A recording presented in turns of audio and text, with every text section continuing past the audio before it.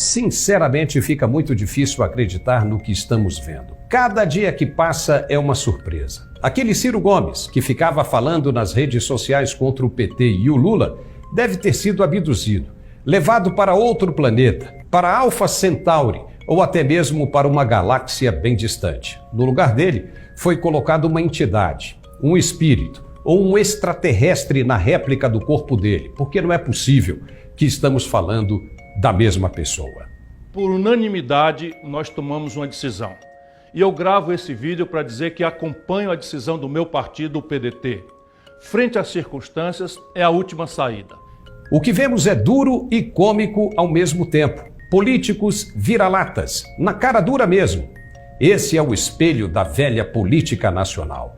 É difícil de separar o joio do trigo quando se olha numa cesta com os mesmos nomes do passado.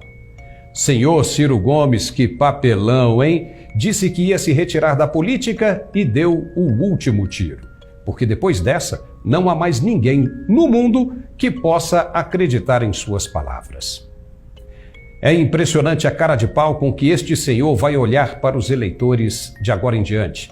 Um sujeito que parecia estar renascendo das cinzas, convencendo o mundo de que não fazia mais parte das tramóias da política brasileira, chegou a colocar o dedo, sem receio algum, na cara dos culpados. O Lula virou um chefe de quadrilha. O Lulinha, filho do Lula, era administrador de um zoológico em São Paulo. De repente, transações milionárias com a Telemar. Meu irmão, eu estava lá, você lembrou? Vou repetir, eu estava lá. Eu vi o Lula se corrompendo. O que é isso? Se o Lula é o chefe da quadrilha dos ladrões, como ele mesmo disse, então esse senhor Ciro Gomes é o que agora, ao se juntar ao Ali Babá?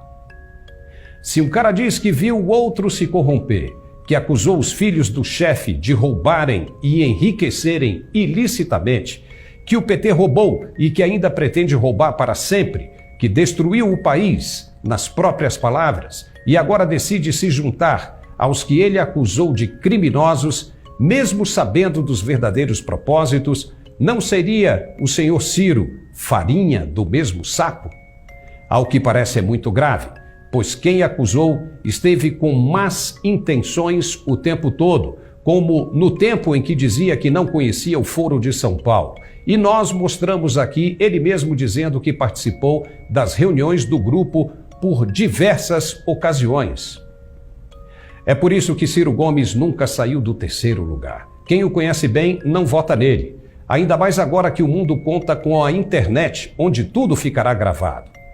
Não seria melhor ele ter contestado e mesmo até saído do partido? Assim mostraria força de caráter, integridade de homem sério e respeito pelos eleitores que ele se dirigiu com as devidas acusações. Mas ao contrário, esse eterno candidato fracassado só sabe chamar quem o contesta de babaca. E talvez alguns brasileiros sejam mesmo babacas por acreditarem que esse pudesse ser algum dia a terceira via. A mentira está viva na boca desses políticos inescrupulosos. Durante os debates, Lula, por exemplo, chamou Bolsonaro de mentiroso. Você, quando vier no microfone, você se comporta com o presidente, respeito quem está assistindo, não minta. Não minta que é feio um presidente da República mentir com semente toda hora. Opa! Mas o segredo de se contar uma mentira, segundo um mentiroso, é acreditar que ela seja verdade e repetir muitas vezes até que outros se convençam do mesmo. O Lula disse que não mente e que não há uma viva alma neste mundo mais honesta do que ele.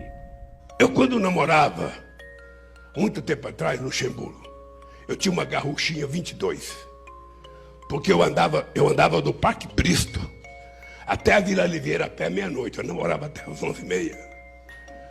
Aí eu tinha que sair a pé.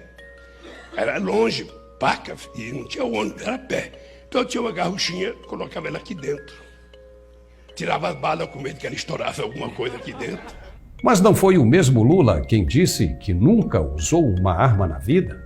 Eu não acredito que alguém queira uma arma para o bem. Eu não acredito. Eu tenho 76 anos, nunca tive interesse em ter uma arma.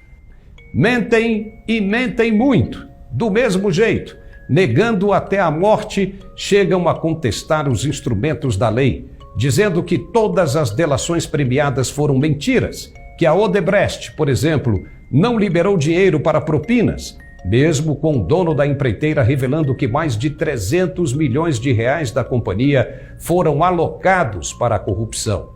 Não adianta, a cara é dura como madeira de carvalho. Mas tem brasileiro que gosta de ser enganado. Aqueles que são que nem cavalo de carroça, que só enxergam de um único ponto de vista. São os que sofrem de cleptomasoquismo, que é o prazer em ser roubado.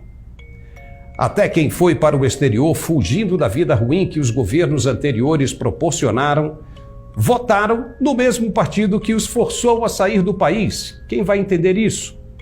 São palavras que talvez desagradem, mas aqui nós só falamos de provas e não conjecturas. Se o atual presidente tivesse algo negativo para mostrar, nós estaríamos aqui para bater na cabeça dele também. Mas ao contrário, temos números que comprovam o crescimento da economia, da redução dos crimes violentos e do Auxílio Brasil, que pode acabar com a fome dos mais necessitados. Genocídio, Marielle, milícia, onde estão as provas? Mas o que foi mostrado pela Lava Jato, nada foi inocentado, não se engane. E ninguém disse que as provas eram falsas. Agora só mais uma pergunta. Lula já foi presidente deste país? Porque ele fala como se nunca tivesse sido. Em reunião com os franciscanos, disse que a educação vai ser prioridade máxima no país.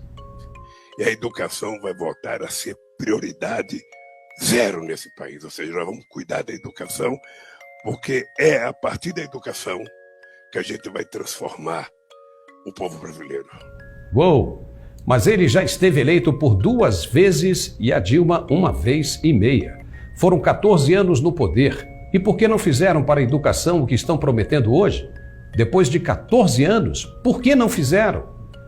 Quando Fernando Haddad deixou o Ministério da Educação, o brasileiro sabia ler, mas não conseguia interpretar um texto. Um desastre da educação.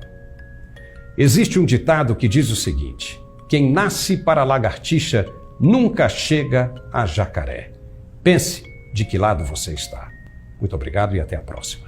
Uai, seu app de vídeos curtos.